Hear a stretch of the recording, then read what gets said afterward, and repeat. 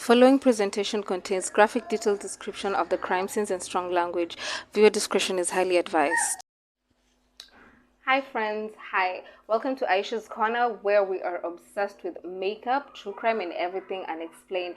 And as for today, I'm going to start a new series called Deadly Deaths, and here I'm going to basically explain, or rather like talk about, people dying in very, not weird, but very gruesome ways, like weird. Anyway, please don't forget to subscribe, like, share, click that bell icon down below. And yeah, without any further ado, let's jump into the video. And if you hear noise in the background, we have a lot of kids today. It's my sister's birthday and there are a lot of kids here, so yeah, you can hear maybe people crying or it's children. So yeah, let's get into this. And I've not done a video in such a long time. And so can you imagine like not even passing out, passing away, like dying in your own home, trying to call for help. When you're in your own house, in your own home, and there are people there, you feel safe and all. But this woman died in her own home rather. She was living with her mother and sister, and she probably called for help, but no one had her.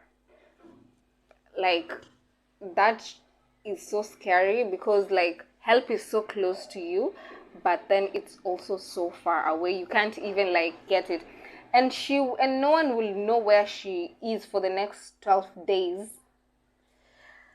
So this is what happened. This girl is Marissa. Her name was Marissa Wessler. I think that's her name. I'm mentioning it right. But Marissa. And on the evening of October 28th, 2006, Nilko class 6, by the way. Yeah. Anyway, so she entered her home, and she said hi to her mom and sister. She just came and she went into her room. But guess what? That was the last time she was ever seen for the next 12 days. And that was actually the last time that she will ever be seen alive. So the mom thought that people thought that maybe she had run away and maybe fell into the wrong crowd or all these things, because she had a history of drug use and drug abuse. So, when you go to police, first of all, a case of a missing person, this is what they tell you. If someone has a history of drug abuse, they're like, yeah, they just fell back into that rabbit hole. And if not, they'll be like, this is a grown person, this is an adult, this is a grown-ass woman, so she can do whatever she wants. So probably she just packed up and went. And sometimes that's the case, but other times that's really not the case, especially when help is needed. Or so I think if you've seen my other videos, I always say I cannot do my brows and concentrate on other things. Yeah, that's true story.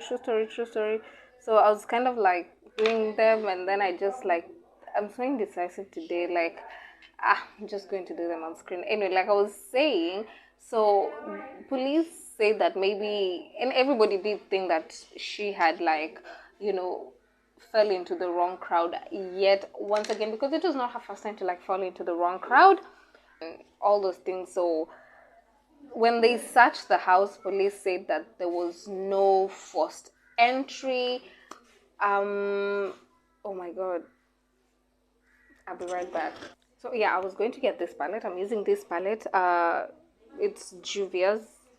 Love Juvia's. I think it's one of my first palettes. It's pretty, this color is pretty much over. Anyway, let's get back to the story. Focus on me.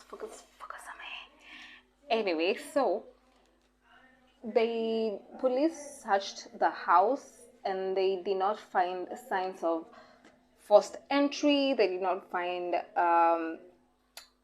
anything to implicate that someone, because they actually thought she was also kidnapped. So when they were searching for signs of forced entry, or if she got out, and her window was closed, which indicated that she did not go out at night, So it was just a puzzle for the family. They were like, what happened?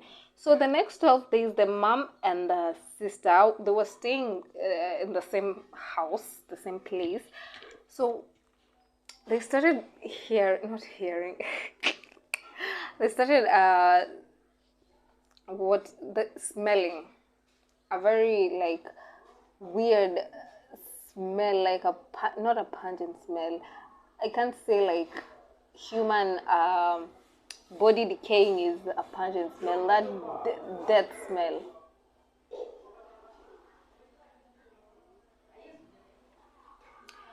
The smell of dead bodies. Yeah.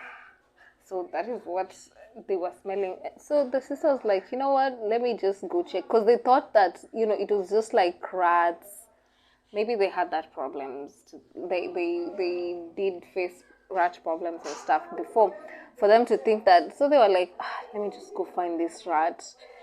I know when a rat dies and you smell it, you can just tell that this is a rat. Anyway, so or a mouse, something dies. The smell of a decaying body, it's so specific. But I do hear like people say the smell of decaying human is very, you cannot miss it. And I've said this again in another video. Yeah, so the sister searched and searched, and as she was searching, she's following the smell of decay.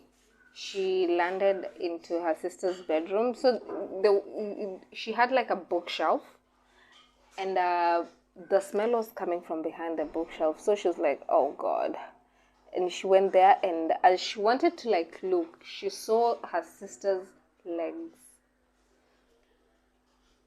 I don't ever want to be in that position, to find someone like you care about in that position. So yeah, she found her sister's legs hanging, and the police came. Obviously, they did call the police, and she was hanging upside down from the bookshelf behind. And it will be said that she died of positional asphyxiation. Yeah, asphyxiation. Words zimekata kutoka leo. So yeah, she died of positional asphyxiation. If you're ever asked one word I can't mention correctly, is asphyxiation. How is it mentioned? How is it pronounced? I don't know. Tell me in the comments down below. Anyway, so yeah, so positional asphyxiation is when the body is upside down and it's not getting enough air. Like, this is you, and you are like this. Like, think of being hanged upside down, and all the oxygen is not reaching your body. The oxygen is like cut. The supply of oxygen in your body flow is literally cut, and sijui damu huenda kwa kichwa. I don't know if that's true. I'm not a medic, but tell me in the comments down below if you know how it works. But that must be painful. It said that she stayed there for like several hours, or rather minutes, before she passed out. Others stay minutes, others stay second, between like 40 to 60 seconds in this position before they pass out. Others do last longer, like hours. And it has been said that others survive days in this position before like giving out or giving up. I don't know, but that is such a weird way to do. But now my question is this: how did she even find herself like in that position? That is what I really want to know. Like, what ni nini alikuwa anaenda kutafuta huko juu? How it's not, I'm not saying it in a blaming way. Like, I just wanted to know how she got there, how she ended up behind her bookshelf upside down, and she ended up passing. It must be been horrible, because like if it was not like her doing this intentional, which I don't think it was, it must be very scary, her thinking that her family, her mother, her sister, are the ones who are going to find her. They're so close, because If I was in that position, that's what I would be thinking of. Like, help is so close, but yet it's so far. My makeup looks bomb and it's nowhere near done. But let's continue. Let me do the foundation now. So yeah, that is the first story, and today's video I wanted to be short because I'm really like busy. I'm already very, very late because, like I said, it's my sister's birthday. She's not here. You will have seen her. So she must have been, you know, in such agony, and no one had her. It must have been really, really, really scary. So yeah, the next story. I wanted to say the next video, not a video. This is the only video for today. Anyway, the next story is a woman. Can you imagine being boiled? Like this story. Can you imagine being boiled with water? In water, that must be bad. But I hear people say, like, when you get burnt, or rather like hot steaming boiling, like something like porridge get pours on you, that's like worse. That is worse, because you know what happens, like when porridge, you know, pours on you, this is what happens. It cools on top. But like, you see how I have this cover foundation now. Imagine this cover foundation is the porridge. It will cool on top, but then inside it's still hot. So it will still continue to burn you even after it cools. So it's not something to want to go through or wish on anybody. Then this next story, we're going to, you know, to take a trip to Russia. You know, a town near Moscow. And it was a candy factory, a sweet factory. So, like, remember when I was asking you if how you'll feel if someone burns you with like porridge? So this woman was boiled alive in hot caramel mixture. Do you know how fast caramel dries? Like when you just pour caramel on top of your ice cream, the way it just hardens. It's like, that is the literal meaning of sweet death. Anyway, so Natalia Nemetz, that was her name, in October of 2017. It's quite a long time ago, but just the other day. It's not that long time ago. Like, the story before was in 2006. So she was working like normally at the sweet factory, and you know, she was working by the caramel machine where the caramel like mixes and stuff and all that stuff. Oh my god, I really cannot concentrate while like doing my eyebrows, no matter what I do. So let me finish. So yeah, at least they're okay. They're cousins, not sisters. So Natalia was, you know, working normally like she always does in the caramel machine, when all of a sudden she just seemed to vanish. Her workers said that one moment she was there and then the next she wasn't. So after a few like moments, because maybe she went outside or what, because if you're working with someone and then she just vanishes, magari kunje. But anyway, so let's carry on.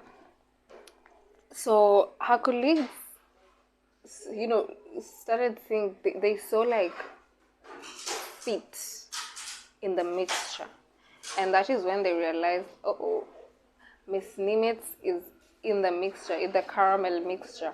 She's in there. So police came and they took her out, and the temperatures in the mixture, in the caramel machine at that time, was around 300 to 320 Fahrenheit. Forgive me cutting the video so much. There's like just a lot going on in the background, like I mentioned earlier. So Natalia was found there, and the temperature was 300 to 320 Fahrenheit, and she had been there for several minutes. And when she got out, she had already like died. I hope the background noise is not as loud as as it actually is. I really hope not. So apparently, the workers, they were forced by the factory to keep silent and keep this low. They were actually threatened, not just forced by, but threatened that if any of this got out, they will lose their jobs. Shady, shady, shady. That was so shady. Because, like, what, someone passes away, and Natalia had a son. She was a mother. She had kids, and you can't say, "Oh, she's a newbie. It's her first time working the machine." Blah, blah, blah. No, no. She had been. It was not her first time working there. She's not a newbie. It was not. Nothing was a foreign to her. So, like, excuse me, shady factory. So actually, the news did not hear about this until like several days later. When they heard about it, other workers said that this is not the first incident to happen in that like factory.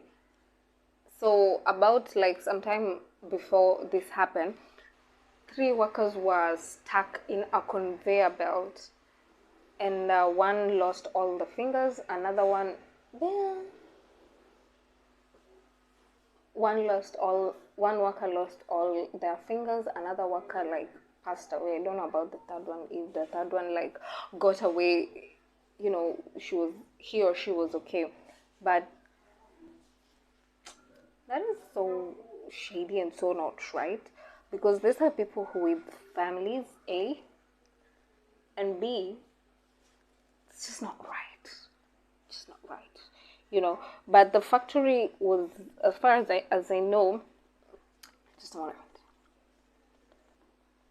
As far as I know, the factory did not like close, but there's a criminal investigation going on. So, yeah. And she did stay. Natalia stayed in there for several minutes, so she was in agony and pain. It's weird. Like, this stories like I found today, just the 2 of them, so that I don't want it to be a long video. Like I said, there's a lot going on here. They all died in very close vicinities to people, to help. That's all I can say, because this one, like, she fell into a caramel machine and workers were just there. So me, I'm just thinking like, oh my god. People say that maybe she passed out before like getting into the caramel machine due to the high temperatures in the room. I could see that does make sense to me in some way. Yeah, that does make sense. But the shady part comes when the factory wants to like hide all these things and be like, don't say it to anyone or you lose your jobs. That is not right. That is not right. Anyway, yeah, so those are the 2 stories that I prepared. On the next video, I am going to make a story about this Kenyan. Let me just give you a preview on it. This Kenyan boy. He actually came out last year. He was, I think, 20. He decided that he's going to be kidnapping kids, small kids, and drinking their blood. This one is, I did a video on like the Naivasha vampire here in Kenya. I can't remember, it was sometime last year. Anyway, so that was the OG vampire. Now this kid who came and decided I'm going to be drinking kids' blood, he's trying to be vampire 2.0. We're going to talk about him like deeply. Like, so I think that story is very intriguing, and it's actually really, really recent. So yeah, I'm almost done doing my makeup. How you like that? I know you like that. So let me tell you something. Since I finished doing what I'm doing, you know how? No, not you know how. Like 2 years ago.